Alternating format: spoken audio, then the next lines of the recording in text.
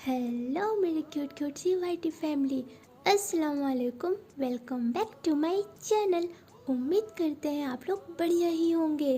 अगर आप लोग हमारे चैनल पे नए हो तो हमारे चैनल को प्लीज़ सब्सक्राइब कर दें और बेल आइकन को ऑन कर दें ताकि जैसे ही मैं वीडियो डालूँ आपको नोटिफिकेशन तुरंत मिले। और हाँ, आप लोग भूल जाते हो गाइस कि सब्सक्राइब भी करने, वीडियोस लाइक भी करने। बादाम खाया करो यार, क्या करते हो। खुशी और नैन्सी की लव स्टोरी के प्रीवियस पार्ट में हमने देखा ही था कि ये दोनों बहुत ही खुश होते हैं, पर अचानक से इनकी लाइफ फिर से उदास बन जाती है।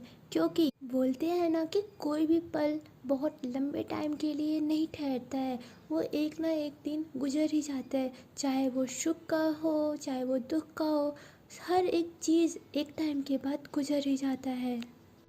कल तो ये रिवील हो जाता है कि रोज़ कौन है, पर ये नहीं पता कि रोज़ आखिर है कहाँ पे। अगर वो है तो वो है कहाँ, इसको जानने के लिए तो आपको स्टोरी को देखना पड़ेगा। जैसे ही पता चलता है नैन्सी को कि रोज़ खुशी का प्यार है, नैन्सी का तो दिल ही टूट जाता है। नैन्सी अपने फीलिंग्स से क्लियर नहीं थी, पर अनजान थी, पर फिर भी उसे इतना हर्ट होता है, बहुत हर्ट होता है। वो फूट फूट कर रोती है और रोते रोते वही वॉशरूम में फेंट हो जाती है। अब आगे हमने तो नैन्सी की हालत देख ली, पर खुशी की हालत क्या है। इधर हम देखते हैं कि खुशी अपनी तेज स्पीड में कार को चलाते हुए उसी घर पे आ जाती है जहाँ वो ठहरती है। वो घर के अंदर जैसे ही आती है वो तुरंत किचन में चली जाती है और किचन से एक बियर की बोतल लेती है, ग्लास लेती है और उसी रूम में आ जाती है जिस रूम में वो अक्सर आया करती है, रोया करती है। उस रूम में आने के बाद वो बहुत रोती है और थोड़ी सी बियर निकालती है ग्लास में और अपने सामने रख देती है।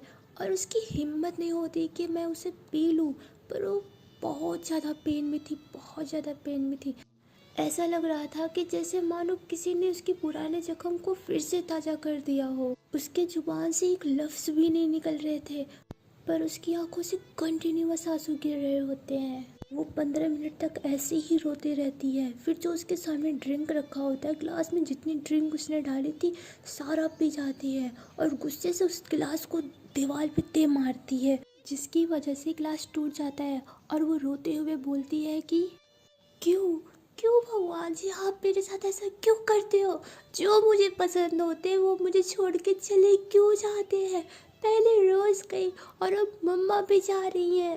डैड को क्या लगता है वो मुझे नहीं बताएंगे उन दोनों के बीच क्या चल रहा है, तो मुझे नहीं पता चलेगा क्या। मैं सब जानती हूँ, बस शांत रहती हूँ, पूछती नहीं हूँ आप लोगों से। मुझे सब कुछ पता होता है।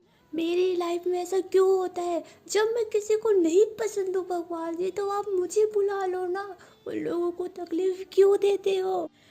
ठीक है, आपको मैं नहीं पसंद हूँ ना, आप मुझे बुला लो ना, आप मुझे मार दो ना, प्लीज़ भगवान जी, पर इतनी तकलीफ मत दो। तकलीफ होती है जब कोई छोड़ के जाता है, जब कोई अपना जाता है तो तकलीफ होती है। आप क्यों नहीं समझते हो। ऐसे बोलते हुए वो फ्लोर से उठती है और वहाँ पे जहाँ पे एक फ़ोटो लगी होती है वहाँ पे जाके वो खड़ी हो जाती है और बोलती है क्यों, आपने मेरे साथ ऐसा क्यों किया। पहले आपने मुझे अपनी आदत लगाया और फिर छोड़ के चली गई। अरे जाना था तो मुझे भी साथ में लेकर जाना चाहिए था। मैं यहाँ पे अकेले क्या करूँगी। सब मुझे हर्ट करते हैं, सब मुझे हर्ट करते हैं। आपकी यादें सताती है मुझे। आप भी मुझे हर्ट करने लग गए हो रोज़। माना कि मुझे आपकी यादें, आपको याद करना अच्छा लगता है, पर जब आप मेरे सामने हो तब अच्छा लगता है। आप मुझसे इतने दूर क्यों गए। आपको पता था ना, आपको पता था ना कि मैं अपने लाइफ में कितनी अकेली हूँ, और आपको ये भी पता था कि मैं आपके बिना कुछ भी नहीं हूँ। आप मेरी दुनिया हो। फिर क्यों भगवान जी, आपने मेरे साथ ऐसा क्यों किया। सारी गलती आपकी है। आपने मुझसे उस इंसान को छीना जिस इंसान ने मुझसे बहुत प्यार किया, जिस इंसान को मुझसे बेहद प्यार था, जिस इंसान से मुझे भी बेहद प्यार था। खुद को इतना स्ट्रांग बनाती हूँ पर ऐसा कुछ भी नहीं है। मैं लोगों से गुस्से में बात इसलिए करती हूँ ताकि लोगों को लगे कि मैं स्ट्रांग हूँ। मैं हर्टेड नहीं हूँ, मैं वीक नहीं हूँ, मैं रोती नहीं हूँ, मैं बहुत स्ट्रांग हूँ। पर ऐसा बिल्कुल नहीं है। मैं अपने लाइफ से तंग आ चुकी हूँ। I want die. प्लीज़ भगवान, अब मुझे नहीं जीना है, आप भी मुझे बुला लो। रोज, आप जाते जाते ये कैसी कसमें दे गए हो। अगर आपने कसम ना दी होती ना, आई स्वेर आज मैं यही से कूद के मर जाती, जो भी करती। पर मुझे नहीं जीना है। और आपको पता है रोज, वो जो नैन्सी है ना, उसमें मुझे आपकी झलक दिखती है। जब वो मेरे साथ होती है ऐसा लगता है कि आप मेरे साथ हो। आई डोंट नो ऐसा क्यों लगता है, पर ऐसा लगता है कि वो आप हो। जो सुकून मुझे आपके साथ मिलता है वही सुकून मुझे नैन्सी के साथ मिलता है। पर मैं किसी की फीलिंग्स को हर्ट नहीं करना चाहती। वो बहुत अच्छी है, मैं उसे कभी भी हर्ट नहीं कर सकती। जैसे आप अपनी बच्चों वाली हरकतों से मुझे हंसाते थे, वैसे नैन्सी करती है। सेम नैन्सी की हरकतें, आपकी हरकतें दोनों सेम हो। ऐसा क्यों? क्या क्या मैंने कुछ गलत किया आपके साथ रोज़? हम सॉरी, हम रियली सॉरी। पर मैं ना नैन्सी से दूर हो जाऊंगी। मैं मैं सिर्फ आपसे प्यार करती हूँ। आप आप नहीं हो नैन्सी। रोज आप नैन्सी नहीं हो। मुझे मुझे माफ़ कर दो रोज। मैं ऐसा नहीं करना चाहती थी, पर वो नैन्सी बिल्कुल आप लगती हो। जैसे आप मुझे शांत कराते हो, आप मेरी केयर करती हो, बिल्कुल नैन्सी भी वैसी ही केयर करती है। जो आपके चेहरे पे मासूमियत थी, जो आपके करेक्टर की सादगी थी, वो उसके अंदर भी है। पर पर मैं ऐसा कभी नहीं कर सकती।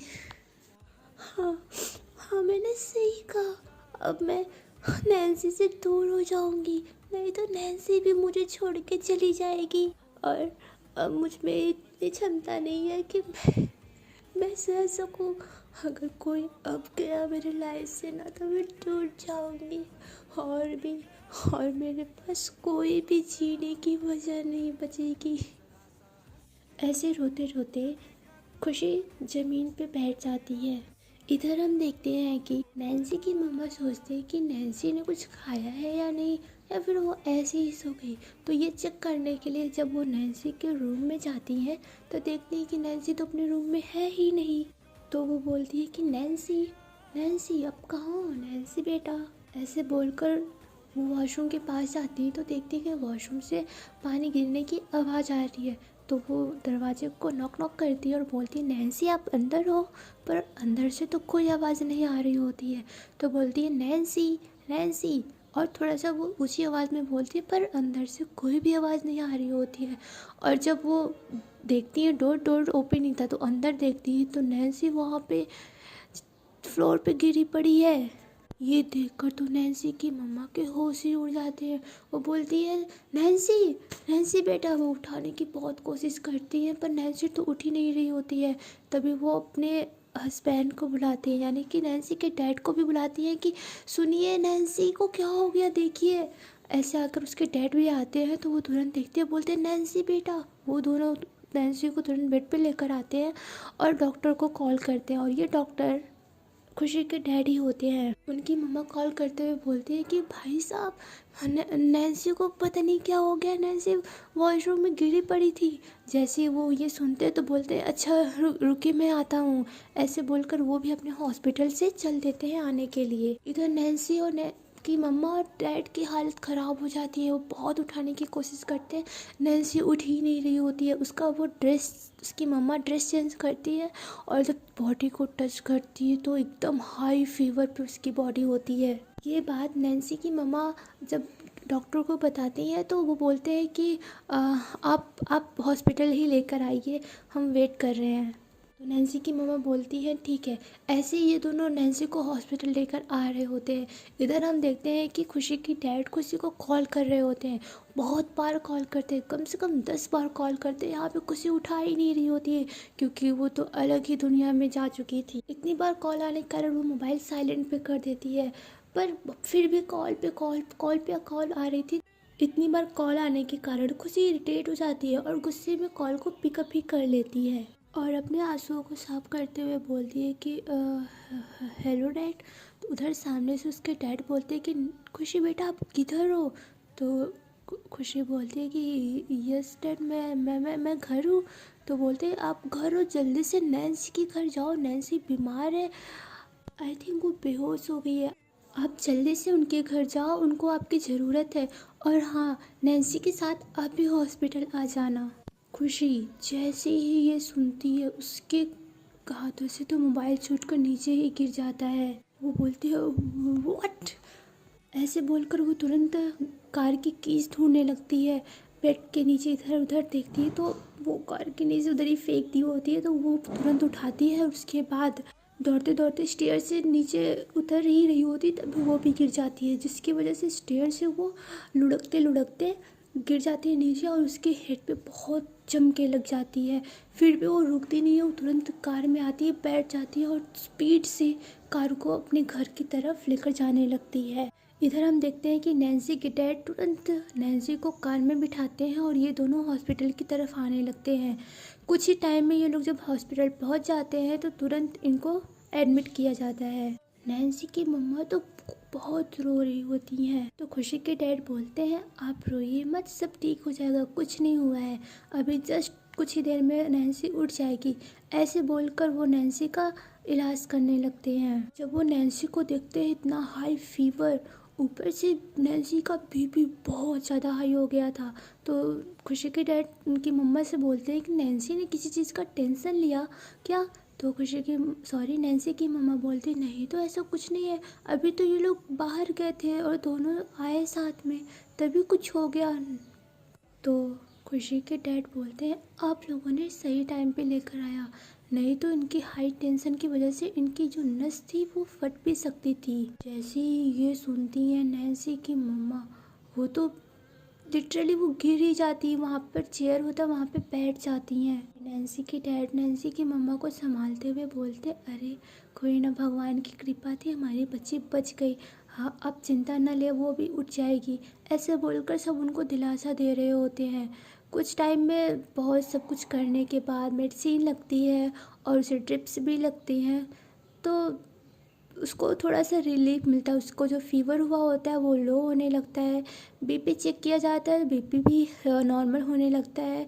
तो खुशी के डैड बोलते हैं बस 5 या 10 मिनट में नैन्सी को होश आ जाएगा।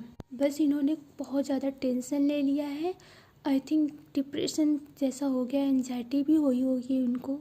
तो नैन्सी की मम्मा रोते हुए बोलती है कि पता नहीं क्या हो गया, मैंने तो अपनी बच्ची को बहुत अच्छे से संभाल के रखा, मैंने तो इसे शहजादी की तरह रखती हूँ, फिर इसे कौन सा टेंशन आ गया, स्टडी का टेंशन लिया, किस चीज़ का लिया, मुझे नहीं पता। दोनों लोग उससे दिलासा दिलाते हुए बोलते हैं कि अरे कोई बात नहीं, ठीक हो जाएंगी, चलिए अभी इनको होश आएगा तो इन्हीं से पूछ लिया जाएगा। बस ये कुछ मेडिसिन है, इनको दे दीजिएगा और बोलिएगा ऐसा टेंशन कभी दोबारा ना ले, जो भी हो हम लोग हैं, हम लोगों से शेयर करें। तो नैन्सी की मम्मा बोलती है मैं इसे बोलती हूँ, जो भी है बेटा, आपको कोई भी परेशानी हो तो आप तुरंत हमसे बोला करो, डैड से बोल दिया करो, मुझसे बोल दिया करो, चाहे जो हो। तो खुशी के डैड बोलते हैं ठीक है, अभी इनको होश आ जाएगा। ये लोग उसी रूम में होते हैं जहाँ नैन्सी एडमिट होती है। खुशी को होश आता है जैसे वो तुरंत नैन्सी को होश आता है जैसे वो तुरंत खुशी का नेम लेती है। वाह, जस्ट इमेजिन, इन्हें मिले कितना ही टाइम हुआ है और ये खुशी का नाम ले रही है। ओह माय गॉड, कुछ अलग सा ही है। ये लोग जैसे ही नैन्सी को देखते हैं कि होश आ गया है, सब खुश हो जाते हैं। पर खुशी के डैड जब खुशी का नाम सुनते हैं तो वो बोलते हैं खुशी बेटा कहाँ रह गई। ऐसे बोलकर वो बोलते हैं कि बहन जी आपके घर खुशी गई थी क्या। तो वो बोले तो नहीं, तो खुशी तो नहीं थी और आपके घर भी लॉक था। खुशी के डैड बोलते हैं शायद वो डायरेक्ट हॉस्पिटल ही आ रही हो, पता नहीं क्या। ऐसे बोलकर सब नैन्सी से बातें करते नैन्सी को रिलैक्स कर रहे होते हैं, पर नैन्सी की निगाहें किसी को ढूंढ रही थी, तो वो थी खुशी। वो अपनी नरम निगाहों से इधर उधर देख रही होती है। तभी नैन्सी की मम्मा बोलती है किसे देख रहे हो आप? तो नैन्सी बोलते हैं किसी को नहीं मम्मा, जस्ट यूँ ही। तो नैन्सी की मम्मा बोलती है जल्दी से ठीक हो जाओ, फिर हम लोग का डिस्चार्ज लेकर घर चलेंगे। तो नैन्सी बोलती है हाँ। पर फिर से उसे जब वही सब बातें याद आती है खुशी की, उसे अगेन एंजाइटी होने लगता है। वो बहुत ज़्यादा सोचने लगती है, जिसके कारण उसकी बॉडी शिवरिंग करने लगती है। तो नैन्सी की मम्मा बोलती है कि भाई साहब ये देखिए क्या हो रहा है फिर से नैन्सी को। जब वो देखते हैं तो वो नैन्सी को बहुत समझाते हैं कि बेटा आप टेंशन ना लो, कोई बात है हम लोगों से शेयर करो। फिर वो नैन्सी को एक इंजेक्शन लगा देते हैं जिससे नैन्सी सो जाती है। हाँ बस वो इंजेक्शन कुछ ही टाइम के लिए होता है, वो कोई हार्म नहीं पहुंचाता, इसलिए उन्होंने लगाया होता है ताकि नैन्सी को रिलैक्स मिले। अगर हम देखते हैं कि खुशी के डैड को एक कॉल आती है अचानक से। पहले तो वो पिकअप नहीं करते हैं, फिर से एक अगेन कॉल आती है। तो वो पिकअप करते हैं तो सामने से कोई बोलता है कि आप इस इंसान के क्या लगते हैं, इस नंबर पे उसने लास्ट बार कॉल किया था, ऐसा ऐसा बोलते हैं और जो भी हुआ होता है वो बताते हैं। तो इधर खुशी के डैड बोलते हैं कि व्हाट, किधर किधर हुआ है ये सब, ऐसे बोलकर उनके हाथ से मोबाइल छूट ही जाता है। वो एकदम वहीं पे गिर जाते हैं और बोलते हैं कि हाँ, ये क्या हो गया। फिर से मोबाइल को लेते हैं और बोलते हैं वेट वेट मैं आता हूँ।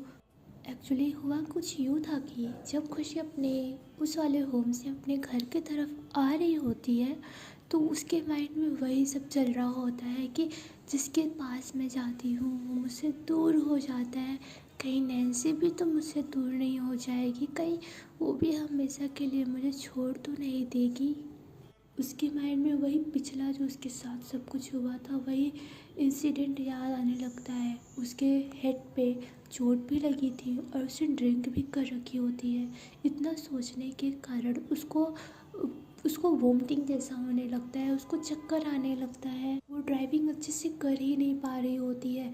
उसके सामने की जो चीज़ें थी वो सब ब्लर हो जा रही थी, उसे दिखाई ही नहीं दे रहा था। उसकी आंखों में आंसू आ जाते हैं और बोलती है कि कान्हा जी, ये मेरे साथ आप क्या कर रहे हो?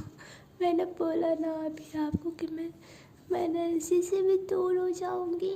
प्लीज़ प्लीज़ उसे कुछ मत करना, प्लीज़ कान्हा जी, आप चाहो तो मुझे कुछ कर दो, मुझे अपने पास बुला लो, मगर नैन्सी को प्लीज़ कान्हा जी कुछ मत करना, वो बहुत अच्छी है, मेरी वजह से सब कुछ हो रहा है, मेरी वजह से सब कुछ हो रहा है। ऐसे करके वो स्टीयरिंग पे अपना हाथ मारती है और बहुत ही ज़्यादा रो रही होती है। और सामने से उसके एक ट्रक आ रहा होता है पर उसे वो दिखता ही नहीं है। ऊपर से उसके सर में चोट लगी होती है, उसने ड्रिंक भी कर रखा होता है, उसका माइंड जो होता काम कर ही नहीं रहा होता है। और वो सामने से जो ट्रक वाला था वो हॉर्न पे हॉर्न दे रहा है, हॉर्न पे हॉर्न दे रहा है, पर जो खुशी थी वो अपनी ड्राइविंग अच्छे से कर ही नहीं पा रही होती है। इतना हॉर्न सुनकर खुशी अपनी गाड़ी को साइड में कर लेती है, पर जैसे ही वो ट्रक वाला खुशी की गाड़ी के पास आता है, खुशी की गाड़ी की स्टीयरिंग अचानक से घूम जाता है उस रोड के साइड और उसका भयंकर एक्सीडेंट हो जाता है। जो कार थी वो पूरी तरह से टूट जाता है। तो आप लोग सोचिए कितना भयंकर एक्सीडेंट हुआ होगा। खुशी की हालत यहाँ पे एकदम ख़राब हो जाती है, हर जगह से ब्लड निकल रहा होता है। वो एक सुनसान एरिया होता है। जो ट्रक ड्राइवर था वो भी अपनी ट्रक को वहीं पे छोड़कर भाग जाता है। अब बची खुशी, उसके उसके बॉडी से ब्लड निकल ही रहे होते हैं कंटिन्यूअस, और आई डोंट नो उसकी हालत क्या होगी, आप खुद समझ सकते हो। बाई लकली वहीं से कोई पुलिस की गाड़ी गुजर रही होती है। जब वो लोग ये देखते हैं तो आंखें उनकी एकदम बड़ी बड़ी हो जाती है। वो तुरंत वहाँ पे आते हैं और बहुत निकालने की कोशिश करते हैं खुशी को। वो तुरंत एम्बुलेंस को कॉल करते हैं और खुशी को निकालते हैं तो उसके पॉकेट से मोबाइल भी गिर जाती है। जब मोबाइल गिरती है तो वो लोग जिस लास्ट नंबर पे जो कॉल हुआ रहता है उस पर कॉल लगा रहे होते हैं, पर खुशी के मोबाइल से कॉल जा नहीं रही होती क्योंकि सिग्नल नहीं था। फिर वो पुलिस जो था अपने मोबाइल से कॉल करता है, उनके मोबाइल में सिग्नल आ रही होती है। और जब वो कॉल करता है तो खुशी के डैड फर्स्ट कॉल नहीं उठाते हैं, सेकंड कॉल उठाते हैं। तो वो लोग बताते हैं कि यहाँ पे आपकी ये क्या लगती है, इन्होंने आपको लास्ट बार कॉल किया था, इनका बहुत बड़ा एक्सीडेंट हो गया है। जब खुशी के डैड ये सुनते हैं तो उनको याद आता है कि लास्ट बार कॉल तो मैंने खुशी को ही किया था। और वो बोलते हैं व्हाट, ऐसा बोलकर वो सब चीज़ें करते हैं। और वही फिर से सीन आता है कि वो जैसे ही ये सुनते हैं वो तो सद्बुद्ध अपना खो देते हैं और वहीं फ्लोर पे गिर जाते हैं। तो गाइस आज के लिए इतना ही। देखते हैं नेक्स्ट पार्ट में क्या होगा।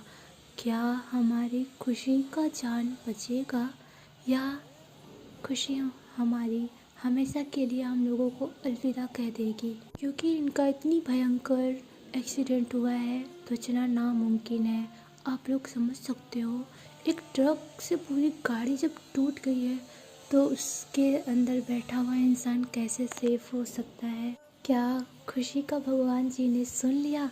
वो चाहती थी ऊपर जाना, क्या भगवान अपने पास उसे बुला रहे हैं? गाइस आगे का पार्ट देखने के लिए तो आपको मेरे साथ बना रहना होगा।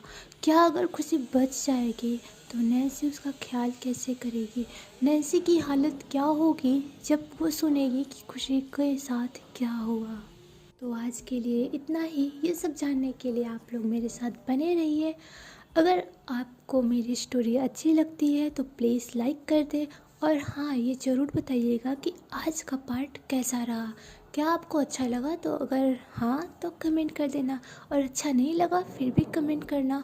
और आप लोग प्लीज़ गाइस मुझे सजेस्ट करें कि मुझे कोई इम्प्रूवमेंट करनी है मुझे अपनी स्टोरी में, अपनी वॉइस में। अगर मेरे वॉइस से कोई प्रॉब्लम है आप लोगों को तो प्लीज़ कमेंट। मैं अपने हर एक चीज़ को बेहतर बनाने के लिए प्रयास करूँगी। ओके गाइस, तो अपना बहुत सारा ख्याल रखिएगा। Okay guys, ta-ta bye, take care.